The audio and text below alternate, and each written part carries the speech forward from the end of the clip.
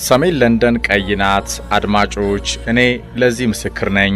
እናም መድፈኞቹ ኖርዝ ለንደን ፎሬቨር ዋቴቨር ዘ ዌዘር አየሩ ምንም ቢሆንም ሰሜን ለንደን የኛ ናት፣ ጎዳናውም የኛ ለዘላለም የሚሉት ወደው አይደለም። ሰሜን ለንደን የመድፉ የድል ዘመን ድንቅ ታሪኮች ነጸብራቅ ገጽታ መሆኗን ከሃይቡሪ እስከ ኤምሬትስ የአርሰናል ደጋፊዎች ለቅርብ ጎረቤታቸው ባላንጣ እነዛ ነጭ ለባሽ ዶሮዎች ባገኙት እድል ሁሉ መናገርን ይሻሉ። ወደ ሰሜን ለንደኑ ኃያል አርሰናል ኤምሬትስ የጨዋታው ቦታ ነው። ገናናው የኢንቪዚብልስ መናኸሪያ አድማጮች ይሄ ክለብ የማይደገም ታሪክ በሰሩ ኮከቦች ያሸበረቀ ነው። ይህንን ለማየት ደግሞ ከመድፉ ደጃፍ ይድረሱ።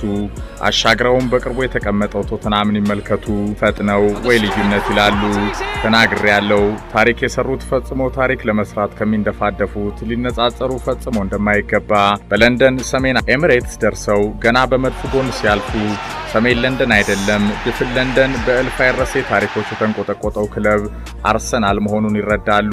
ለንደን ፎሬቨር ዊ አር አርሰናል፣ እኛ አርሰናሎች ነን ከፍ ብሎ ይሰማል። ኤምሬትስ የሰውየው ነው። የመልካም እግር ኳስ ፍልስፍና አቀንቃኙ አርሰን ቬንገር ሜርሲ አርሴን ይላሉ። ገረመኝ በቶተናም ስቴዲየም ታናል ቀኑን ሙሉ እየዞር ብትውል ኮከብ ይናፍቀሃል፣ ታሪክም ብርቅህ ይሆናል። ዋንጫም ተውት ነጭ ግድግዳ ላይ እያፈጠጥ ከዓይንህን ታፈዛለ። የሆነ ታላቅ ሆቴልም የገባ ሊመስል ይችላል። ወደ ኤምሬትስ ተመለስ ጃል እልፍ የኳስ ጀግኖችን ታያለ። በመድፎ አጊጠው በቀዩ መደብ ረጅም ታናል በትውስታ ፈዘው ሊቆዩ ስለሚችሉ ጉሮሮ ማቀዝቀዣ ጃምቦ መያዙ ከዛ በየግድግዳው ከኢንቪዚብልስ እንደገና መፈጠሩ ከሚያጠራጥረው ተአምር ጋር ይቅነጠነጣሉ። ንጉሥ ሆነሪ በክብር ቆሟል።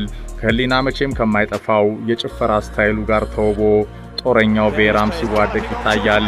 ዘደች ማስተር ዴኒስ ቤርካምፕ አለ። ከዘጠናዎቹ አጋማሽ በኋላ የመድፎ የማንሰራራት ሚስጥሮች ሁሉ ተተንትነው ይታያሉ። ቶኒ አዳምስ፣ ዴቪድ ሲማን፣ ኢያን ራይት ኦቨር